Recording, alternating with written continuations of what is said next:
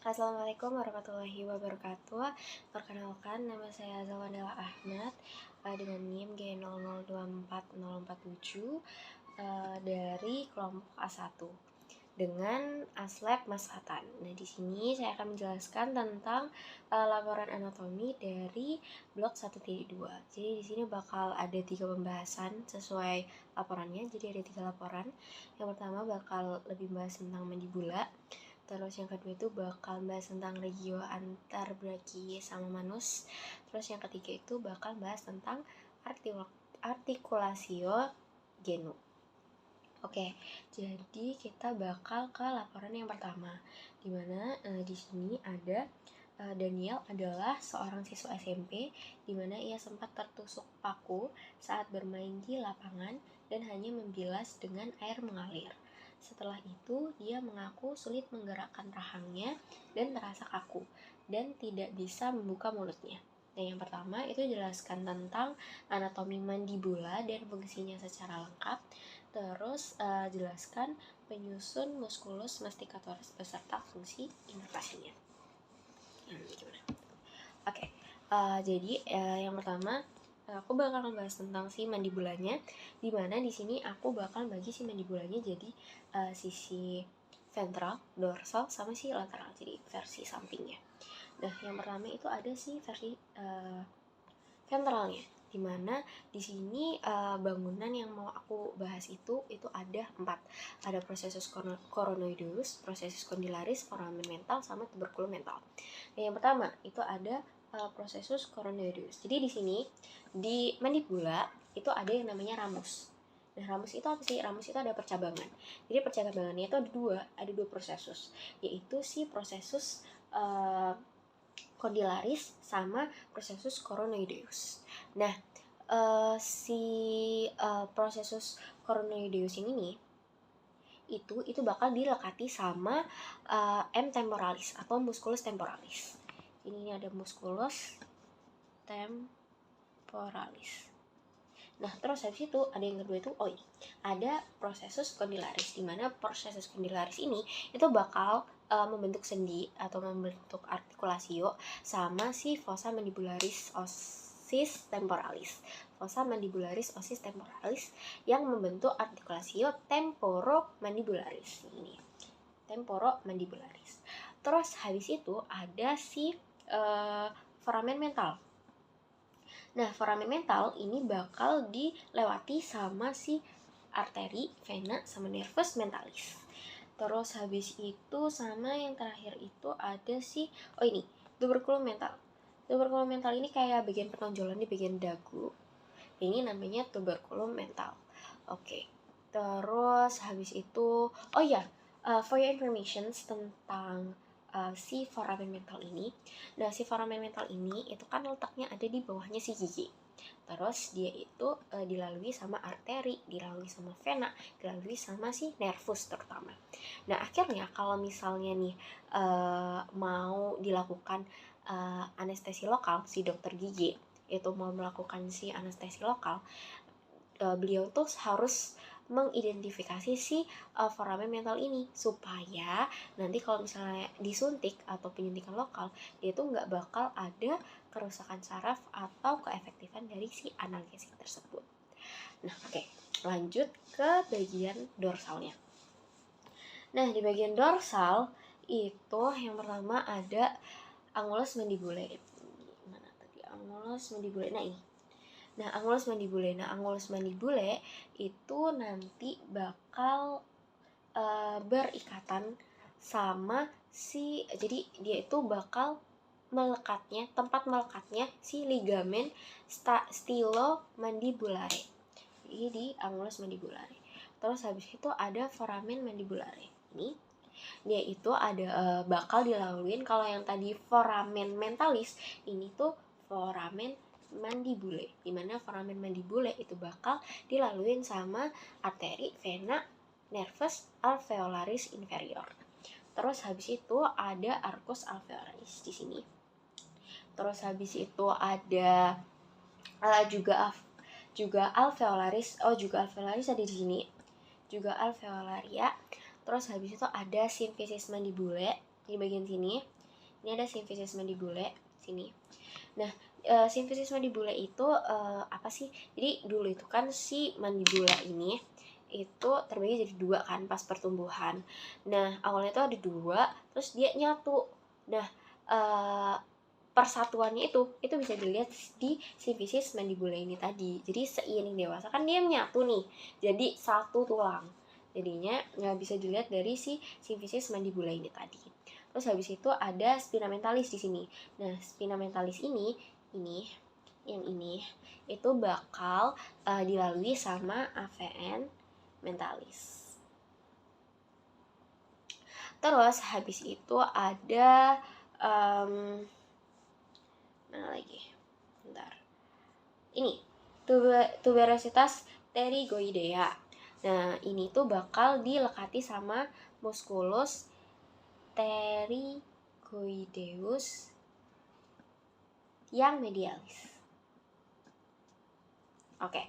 Terus habis itu ada angulus udah, terus ini nih ada lingula mandibulae sama sulcus mylohyoideus. Nah, kalau lingula ini itu dilekati sama si musculus sphenomandibular. Kalau si sulcusnya itu bakal dilekati sama si AVN ini, sesuai sama ini namanya, mylohyoideus. Oke, udah semua. Oke, nah ini nih. Nah, jadi kan sesuai yang aku jelasin tadi, si mandibula ini itu terdiri dari satu korpus sama dua ramus. Nah, mereka ini itu bakal ketemu di angulus mandibulae, dimana angulus mandibulae itu tadi dia itu bakal maksudnya dilekati sama si ligamen stylomandibulare gitu. Oke. Untuk yang mandibulae sampai situ aja. Terus aku bakal jelasin selanjutnya ke masticatori, musculus masticatori. Nah, musculus masticatori itu apa sih? Jadi musculus masticatori itu adalah musculus atau otot yang bekerja untuk menggerakkan si mandibula. Jadi dia bekerja satunya. Nah, mandibula ini kerjanya gimana? Dia bisa levator sama bisa depresor. Nah, dari sini itu ada 4 muskulus yang bakal kita bahas. Dari luar ke dalam itu yang pertama ada masseter. Ini ada masseter, yang ini bagian sini. Terus habis itu di sini ada temporalis yang bagian besar ini. Terus yang di bagian dalam itu ada si pterygoideus. Nah, pterygoideus itu ada dua. Ada si lateralis sama si medialis. Nah, tadi kan udah disebutin nih. Mereka itu fungsinya ada dua. Ada levator sama ada depresor. Nah, tapi dari keempat ini yang depresor itu cuma satu, cuman si lateralis. Yang ini itu doang yang fungsinya buat depresor. Nah, sisanya itu buat levator. Ini juga buat levator. Ini juga buat yang atas juga buat levator. Sebenarnya di sini juga kelihatan sih. Ini ada yang temporalis ini levator, terus yang masseter ini levator. Jadi yang depresor itu cuma satu. Nah, mereka ini dilaluin sama nervus apa? Nah, mereka ini dilaluin sama nervus trigeminus. Yaitu yang ketiga, ada yaitu nervus mandibularis. Nah, ini nih. Nah, mereka itu bakal dilewati sama nervus mandibularis yang di sini. Yang ini. Nah, ini termasuk yang trigeminus yang cabang ketiga. Nah, ini semua ini itu trigeminus. Terus habis itu selain itu juga yang di sini itu ada auriculotemporalis, terus di sini ada alveolus inferior, terus habis itu ada lingualis, terus ada mentalis, sama ada buccalis. Ini buat yang si nervusnya. Oke.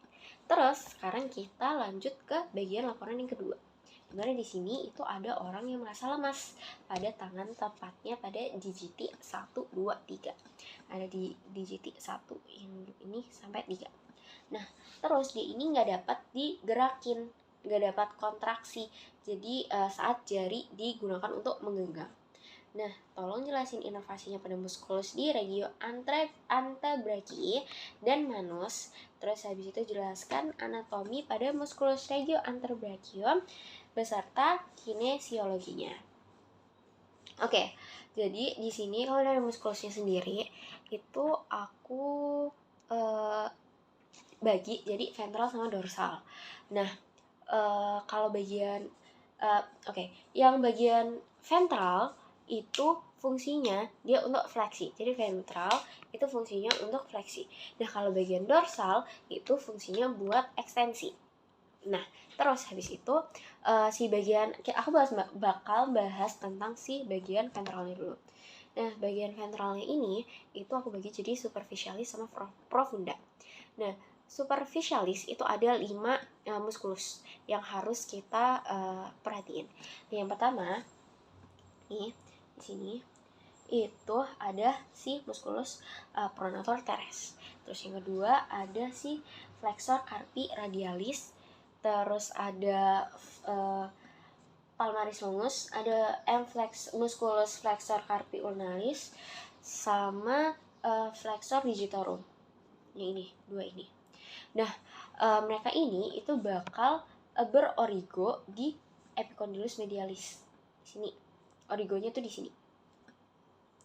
Nah, makanya mereka tuh kayak bercabang gitu kan dari sini mulai dari pronator teres, dari palmaris longus, flexor carpi radialis, flexor carpi ulnaris, sama flexor digitorum superficialis. Nah, mereka ini diinervasi oleh nervus medianus semuanya, kecuali satu, si flexor carpi ulnaris. Namanya juga ulnaris, berarti dia bakal dilewati sama atau diinervasi sama nervus ulnaris. Gini. Terus habis itu oke, udah. Kalau misalnya dari yang superficialis itu, kalau misalnya dari yang profunda, ini nih, ada yang dipotong-potong. Nah, kalau yang di profunda, yang pertama itu ada 3 nih. Ada flexor digitorum profundus. Ini nih. Ini tendonnya. Ini nih. Flexor digitorum profundus. Terus habis itu ada flexor pollicis. Ini longus. Ini tendonnya. Jadi dia ada di bagian sini. Ini. Terus habis itu sama pronator quadratus. Ini. Pronator quadratus. Jadi dia bentuknya kayak miring-miring gitu. Gini. Tuk. Jadi ada gede sih, lebih gede. Terus habis itu mereka ini diinervasi sama nervus dari cabang dari medianus. Kan tadi kan kalau yang bagian ventral yang lamina superficialis tadi itu kan oleh manus. Nah, ini tuh oleh manus juga, medianus. Nah, dia ini oleh medianus juga, tapi cabang dari medianus, yaitu interoseus anterior. Nah, tapi ada yang beda sendiri. Nah, beda sendiri ini sama juga. Dia itu ada flexor digitorum profundus. Ini. Dia sama kayak yang tadi, sama kayak yang ini nih. Flexor carpi. Yang flexor digitorum profundus ini bakal di nervus di inervasi sama nervus ulnaris. Gitu. Terus kita lanjut ke bagian dorsal. Bagian dorsalnya ini. Nah, kalau di bagian dorsal, tadi kan bagian dorsal itu buat ekstensi. Jadi otomatis dari nama-namanya sendiri itu kebanyakan ekstensor gitu. Nah, yang pertama itu ada yang bagian atas, itu ada brachioradialis. Terus habis itu ini ada musculus anconeus. Terus habis itu ada extensor carpi radialis brevis, terus ada extensor digitorum, ada extensor carpi ulnaris, ada extensor digiti minimi. Nah, mereka ini itu bakal berorigo di sini, di tengah, di epicondylus lateralis humeri. Nah, mereka ini bakal diinervasi sama si nervus radialis gitu. Terus ini nervusnya. Jadi ini ada 3 nih. Ini dari atas. Jadi kalau misalnya kalian mau bedain yang si radialis, ulnaris sama medianus. Radialis itu pasti dia bermuaranya di jempol. Nah, nih kalau misalnya itu di bagian jempol. Itu radialis. Terus kalau ulnaris itu bagian kelingking sini. Nah, kalau medianus karena dia medianus, jadi akhirnya dia di bagian tengah. Terus habis itu kalau misalnya kita lihat kan tadi disuruh bahas tentang si manus juga kan. Nah, di sini kalau misalnya kita lihat dari radialis ini kita lurus ke sini. Nah, dia itu bakal radialisnya enggak. Radialis itu bakal menginovasi ke bagian belakang. Nah, makanya mereka itu bakal ke bagian si dorsal. Nah, dorsal ini kan tadi udah aku bilang kalau misalnya si dorsal ini bakal di inovasi sama nervus radialis. Nah, kalau bagian ventralnya gimana? Bagian ventralnya itu kan bagian yang sebagian sini nih. Ada yang bagian sini. Nah, kalau misalnya ventral itu bakal di inovasi sama si ulnaris sama medianus. Nah, si bagian manusia itu sendiri itu dibagi jadi dua kan. Mereka bakal diinovasi sama ulnaris sama medianus. Nah, kalau medianus, misal kita lihat di sini, medianus itu bakal menginovasi bagian jempol, bagian telunjuk sama jari tengah. Jadi 1, 2, sama 3. Terus kalau misalnya si medianus itu bakal di 2 jari terakhir, bagian sini. Oke. Udah, itu sampai di laporan yang kedua. Nah, terus sekarang ke laporan yang ketiga. Dimana laporan ketiga itu ada seorang pria 23 tahun, dia mengalami cedera lutut saat bermain futsal. Nah, ia merasakan bunyi krak pada lututnya, terus dia terasa tidak stabil. Dan setelah kejadian, lututnya membengkak dan ternyata sulit untuk digerakkan. Nah, ada 3 nih soalnya. Ada yang jelaskan anatomi penyusun artikulasio genu yang lengkap, terus habis itu ada jelaskan ligamentum yang memperkuat artikulasio genu, sama os femurnya. Nah, oke, yang pertama itu ada si artikulasio genu. Artikulasio genu itu lutut. Jadi artikulasi yang ada di lutut. Nah, osanya itu ada 3.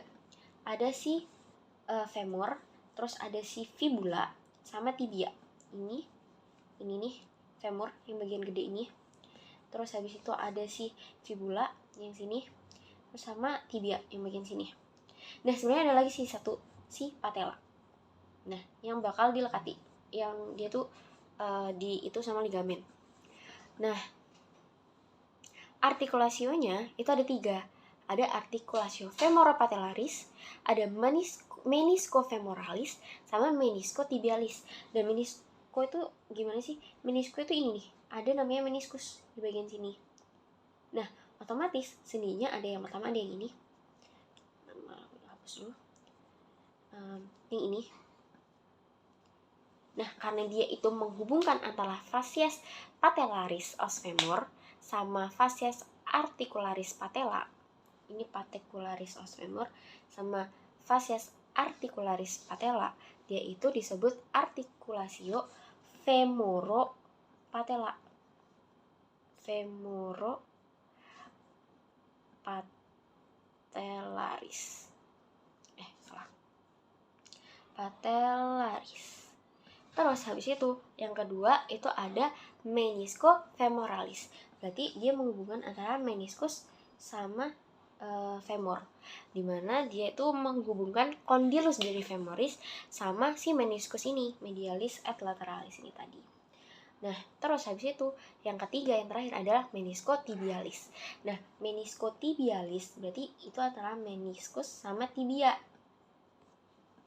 Nah, dia itu menghubungkan antara si condylusnya tibia sama si meniscus medialis et lateralis ini tadi. Nah, si mereka ini itu tipe sendinya itu apa sih? Tipe sendinya itu adalah ginglimus gitu. Terus habis itu yang kedua kita bahas tentang ligamentumnya.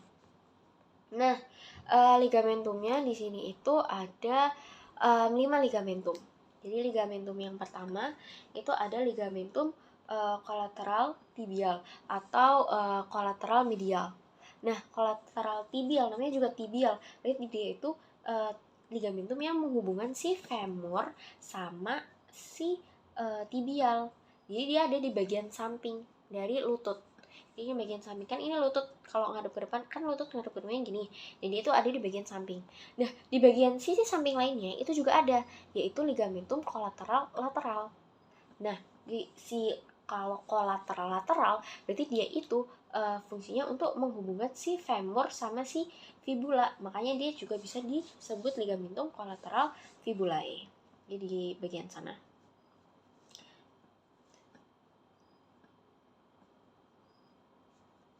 Fibulae. Nah gitu. Nah mereka ini dua fungsinya tuh apa? Biar si sendinya itu nggak geser ke samping, ke lateral ataupun kayak terlalu lateral atau terlalu medial. Terus habis itu ada ligamentum. Nah ini ada ligamentum cruciatum anterius sama ligamentum cruciatum posterius. Dan mereka ini itu bentuknya ini kayak silang gitu. Silang fungsinya tuh untuk apa? Biar dia tuh nggak terlalu ke depan atau nggak terlalu ke depan atau terlalu ke belakang. Ini dia nggak bakalan geser tuh di situ. Nah terus di sini itu juga ada si ligamentum transversus genus. Udah, jadi itu ada 5 ligamentum. Ada si kolateral fibulae, kolateral lateral, kolateral kolateral medial, sama si ligamentum cruciatum. Ada posterius, anterius, sama transversus genus. Oke. Selanjutnya kita bakal lanjut ke femur. Sebentar, ini aku hapus dulu aja biar lebih enak. Nah, kita bakal masuk ke bagian femurnya. Nah, os femur itu dibagi jadi 3 sebenarnya. 2, epifisis sama diafisis. Nah, epifisisnya itu ada 2, ada yang bagian anterior sama posterior. Sebentar. Jadi si femur ini itu aku bagi jadi 3 kan. Ada si epifisis bagian atas, diafisis, sama epifisis bagian bawah.